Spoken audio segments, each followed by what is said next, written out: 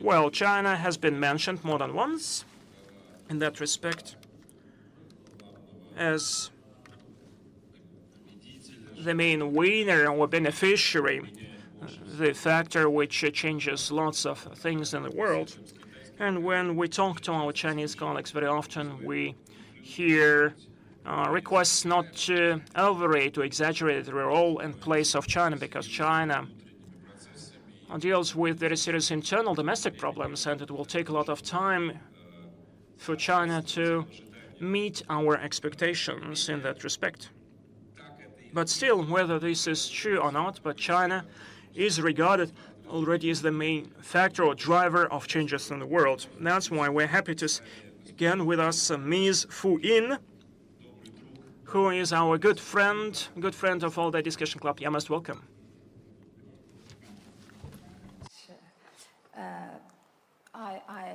I can't help admire every time going through the Valdai topics, the depths the organizers of Valdai going into in designing the topics, the philosophical depths. It took me quite a while trying to understand all the topics. And this one for our forum, I think, gives us a lot to think about. Geopolitics for China is not a very familiar term. It was thriving when European countries were in the age of industrialization, and countries at that time had to have a control of as much as possible geographical space and the resources in order to rise, and geopolitics provided the theoretical foundation for that. And that was leading towards a zero-sum world because the world space, the world geographical space was limited.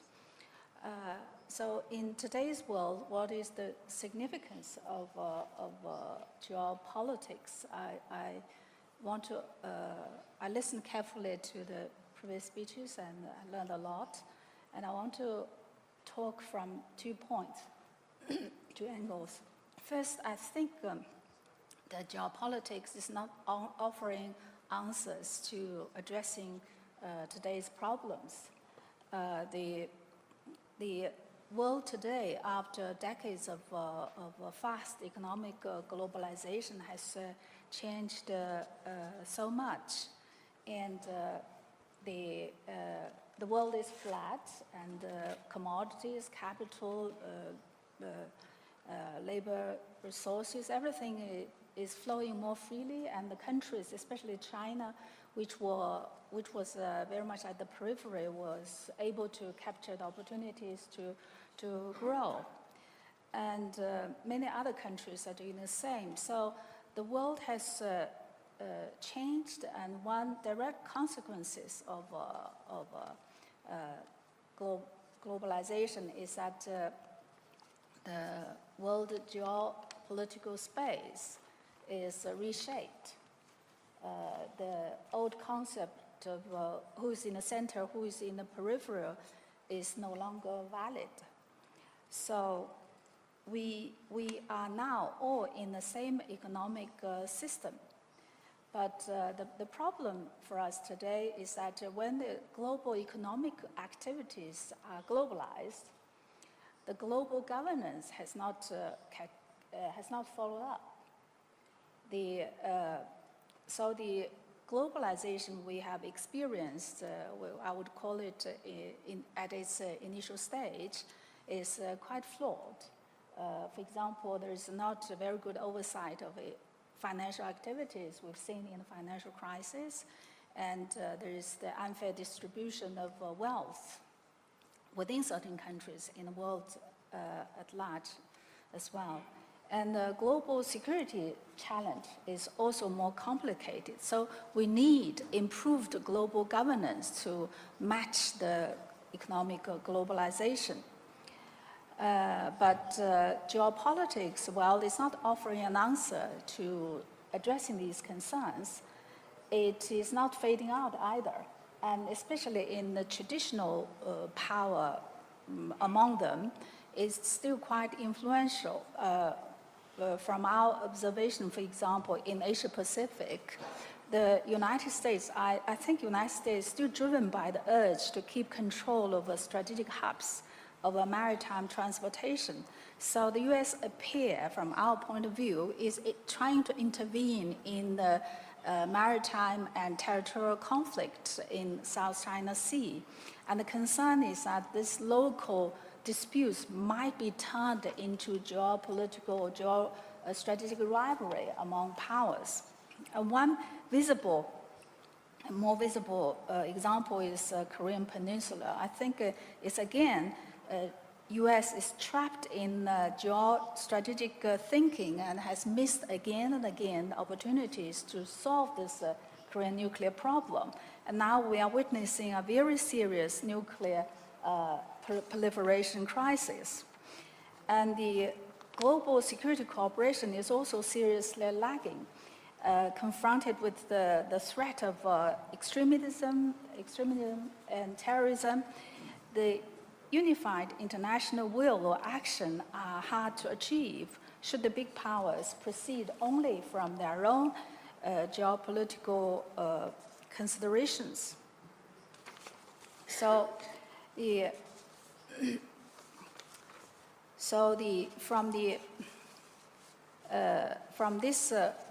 from the global perspective, I think if we are comfortable, as our American professor said, if we're comfortable with the existing order, we have to admit that the order needs to be improved. There are things that there are amendment or maybe needed to be made, reform needed to be made for the existing order. So what's the choice of China? I think before coming here, I had a brainstorming with some Chinese scholars who specialize in studying geopolitics, and I found that their views vary a lot. But the general sense is that China should go transcending the old geopolitics. And I quite agree with one of the scholars whose name is Shi Zhan, Professor Shi Zhan. And he thinks China is like a node country, linking its maritime and land strength. And China itself is a variable, and China's rise brings new changes to the world. To understand how China is going to choose vis-a-vis geopolitics and order, you need to understand how China has come to this stage. The world marvels at the growth of China. But how has China come to this stage? Between 1978 to 2016, China's per capita GDP grew from over $200 to $8,000 in 38 years. And China's total GDP grew from over $200 billion to $11 trillion. And the general living standard in China has grown, and every family can say that they expect that the family will have a better future. So China has been successful, but not through geographical expansion or geopolitical rivalry. China has arrived at this stage. Its success is thanks to the leadership of the Communist Party of China, the correct choice of policies, and very hardworking Chinese population. In the meantime, China has reached the world market through its maritime connection with the world, and has also built a huge land economic depth that can reach the center of Europe. So China is like a node from the low end to high end in international trade structure. And as a manufacturing center, China has been able to attract capital and technology from developed world and turn them into manufactured products and export globally. And that's serving as a pivot. So the role of China and the road of China has proven that there can be another choice for the countries to grow up, to rise. President Xi Jinping proposed the One Belt, One Road initiative, which perfectly reflects what China wants for the world. It reflects China's intention to share with the region and the world through connecting Asia and Europe and the wider world by bringing to full play China's pivot role in global economic and arrangements, as well as in its landward and maritime advantages.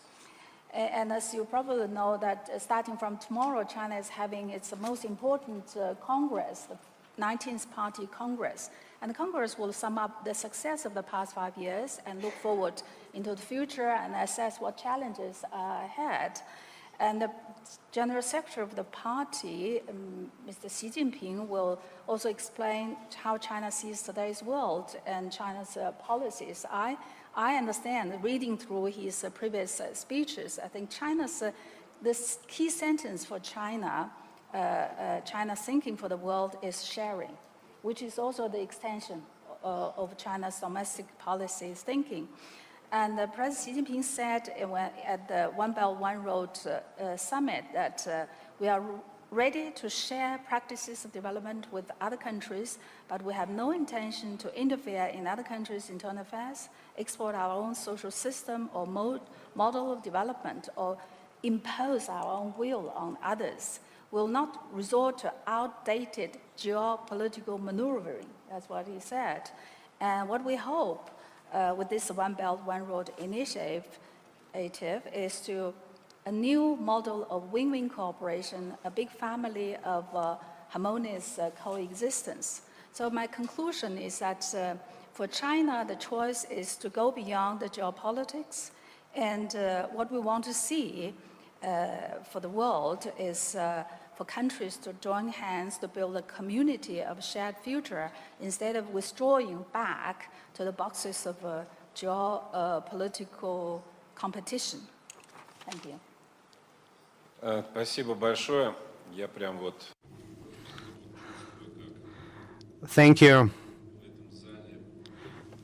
I'm feeling the spirits of Haushofer, Mackinder, and other founders of geopolitics. They are all in this room now, those spirits. China, by its policy, by its current existence, actually denies the principles of classic geopolitics because it combines the continental and maritime strengths. This is a very strong point that we need to understand further. By the way, what was said about sharing as a principle, that's very important because everyone's writing not about geopolitics, but about economy, for example. Sharing is turning into a principle in many areas. Like we have car sharing in Moscow. That's a brand new approach to using objects or services. If China is able to extrapolate this sharing principle to the global principle, this will be a huge achievement. I have only one question, though, to you. You mentioned the old centers and periphery no longer exist, and perhaps it's true. But the history of the world saw no examples when somebody would work without a hierarchy, without a clear hierarchy. There's always someone who is on top and someone who is inferior. Do you think all hierarchies disappear, or we will see hierarchies of a new type? The world has seen the rise of power in many ways, and it has never seen the rise of a country like China, supersized, big population, and has grown in such a short space of time at such a speed. So definitely China's rise is new, and what China brings to this world stage is also new.